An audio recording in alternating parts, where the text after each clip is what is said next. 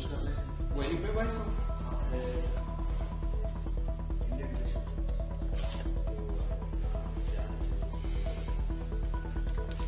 बैठ के कटिए मैम थोड़ा सा मोदी गार्डन है ना। ये लोकतंत्र की जीत है, सच्चाई की जीत है और केजरीवाल सरकार के मुंह पर जबरदस्त तमाचा है। जिस तरह सदन के अंदर प्रश्नकाल की हत्या की गई, जिस तरह से 20 दिन तक विधानसभा के चुने हुए सदस्यों को, विधायकों को सदन से बाहर रखा गया और अंततोगत्वा अदालत ने अपने आदेश में इस प्रस्ताव को एक प्रकार से मैं अगर ये कहूं कि अनैतिक या असंवैधानिक तो अतिशयोक्ति नहीं होगा।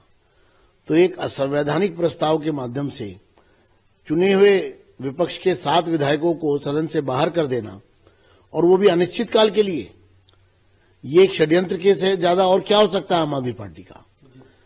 मुद्दा है कि ईडी भ्रष्टाचार के मामले में केजरीवाल क्यों भाग रहे हैं।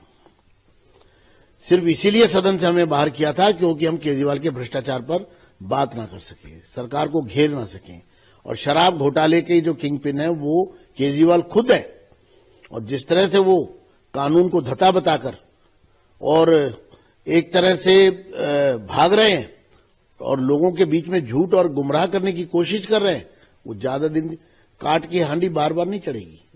जो लगेंगे उतनी बार लोग ये पूरी तरह समझ जाएंगे कि ये पूरा का पूरा मामला ये दाल में काला नहीं है, पूरी दाल काली है। निश्चित रूप से जिस प्रकार से सदन से हमको बाहर किया, ये सिर्फ सरकार को बचाने के लिए किया। केजरीवाल की जो गिरफ्तारी का था उसके डर के कारण हमको बाहर किया गया।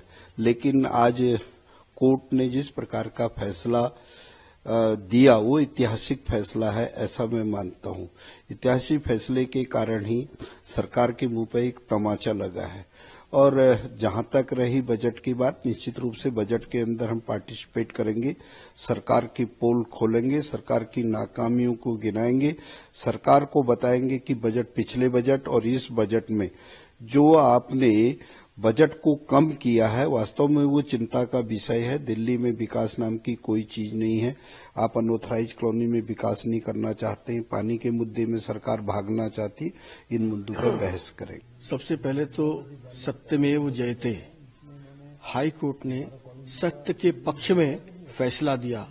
जिस असंवैधानिक तरीके से हम सभी भारतीय जनता पार्टी के विधायक दल को बाहर निकाला गया, उसको क्रिटिसाइज किया है हाई कोर्ट ने और उस पर थप्पड़ मारने का काम किया है। और ये जीत दिल्ली की जनता की आवाज की जीत है, सच्चाई की जीत है, लोकतंत्र की जीत है।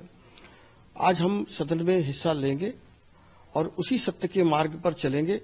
दिल्ली की जनहित की जो आवाज है वो उठाएंगे और बजट भाषण में भी जो कमियां हैं बजट में उसको भी उजागर करेंगे। और निश्चित रूप से जो एक दमनकारी और अहंकारी सरकार है, इसका हम कड़ा प्रतिरोध करेंगे। देखिए, जो चाल अरविंद केजरीवाल जी ने तय किया था कि सदन को ढाल बना के अपने को ईडी के सामने नहीं पेश करना है, उस चाल में अब वो बुरी तरीके से फंस चुके हैं और इसी के कारण अलग तरीके से हमें सदन से बाहर किया गया। मैं तो आज आपको इतना ही कहना चाहूंगा कि असत्य पे सत्य की जीत है।